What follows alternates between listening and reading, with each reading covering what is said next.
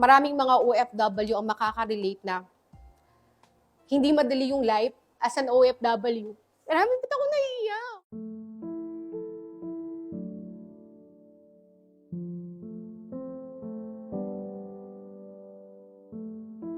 So as an OFW,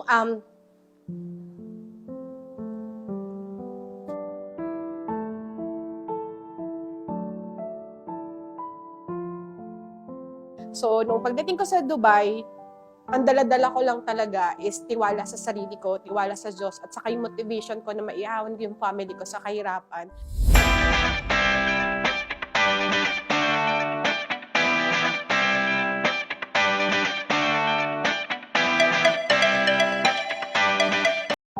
A lot of Filipinos na nasa ibang bansa makaka-relate na yung pinangako namin sa pamilya namin na mawawala lang kami ng 2 taon, mawawala lang kami ng 4 years, naging 10 years na.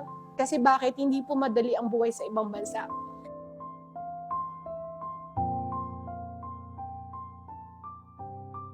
This is MJ Gerjo, a former OFW, and this is my JC story.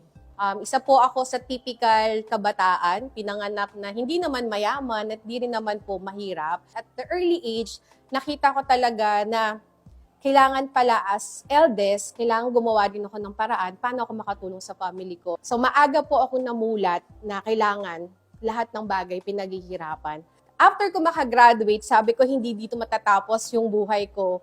So sabi ko I have to find job para makatulong pa rin ako sa pamilya ko dahil meron pa akong 4 na kapatid na kailangan magtapos ng pag-aaral. So what I did, naghanap ako ng opportunity sa ibang bansa. So when I went to Dubai, doon na po nangyari lahat. Yung buhay ko po as an OFW for 13 years, hindi siya naging madali. It's a roller coaster at maraming mga OFW ang makaka-relate na hindi madali yung life as an OFW. Maraming ba't ako naiiyak?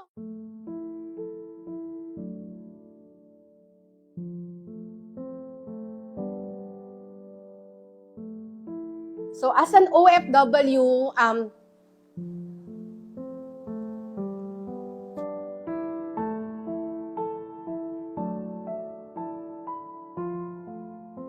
so nung pagdating ko sa Dubai, ang dala-dala ko lang talaga is tiwala sa sarili ko, tiwala sa Diyos, at saka yung motivation ko na maihawan yung family ko sa kahirapan. Nakikita nung madami yung picture mo sa social media na parang masaya ka kasi alangan naman ibigay namin, ipakita namin sa social media na ito lang yung kinakain namin, nilagang itlog lang, o di ba? So, syempre, i-judge ka ng mga tao na bakit ka pa nag-abroad kung yan lang yung kinakain mo. So, sabi ko, hanggang dito na lang ba talaga yung life ko? Hindi ko na namalayan na tumagal na po ako sa Dubai. Hindi pwedeng kayod lang ako ng kayod, hindi pwedeng puro na lang ako trabaho, tapos wala naman talaga ako naiipon. Bakit hindi ako nakakaipon? If ako lang talaga ang magiging provider ng family ko, if isa lang talagang paghuhugutan ng income, maubos at maubos talaga ako.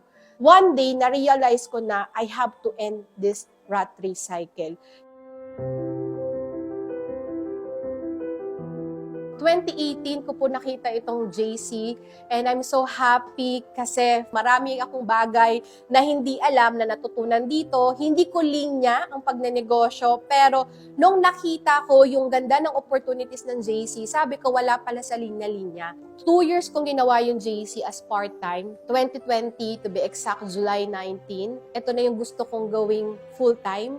Nagpasa po ako ng resignation without hesitation. Maraming nag-question sa akin ba't iniwan ko yung pagiging HR manager ko sa isang magandang company sa Dubai.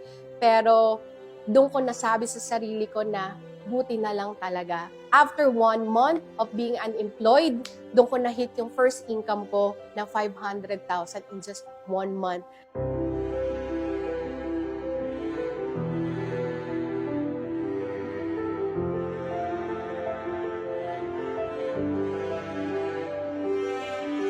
Actually, 4 years na po akong unemployed, but happy kasi nga, yun, tuloy-tuloy tayong kumikita dito sa JC.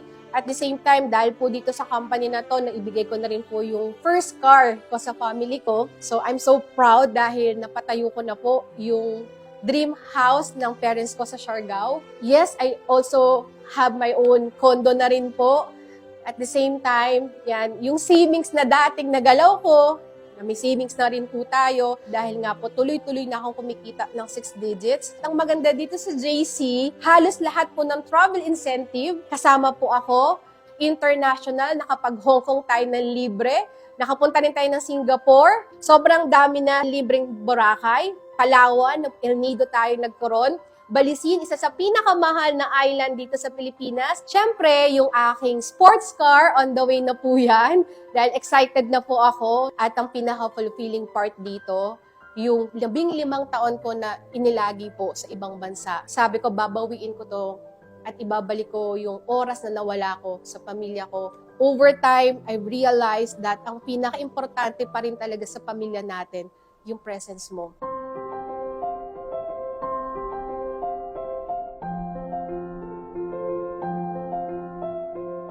O yung mga hinihiling madalas ng parents ko sa akin, like gumala sa iba't ibang lugar, restaurants na dati can't afford namin, ngayon buong family ko lagi kong kasama. And then, syempre, yung time. 3 Christmas na rin yun na-spend ko dito sa Pilipinas.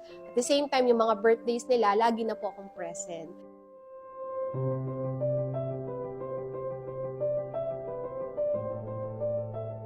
Boss Jonathan So, Boss Carlito Makadangdang, sobrang nagpapasalamat po ako sa opportunities na binigay niyo po sa gaya kong dating nangarap. Forever grateful po ako, lagi ako magpapasalamat na buti na lang po nakita ko tong JC. Siyempre gusto ko din pasalamatan yung mga coaches and mentors ko, specifically po yung aking family, yung Team Alab family ko na lagi ko pong kausap, katuwang ko sila sa pag-grow dito sa business natin. And papasalamatan ko din syempre yung family ko na naka-all-out support at above all, si Lord na lagi po nagbibigay sa akin ng strength at wisdom.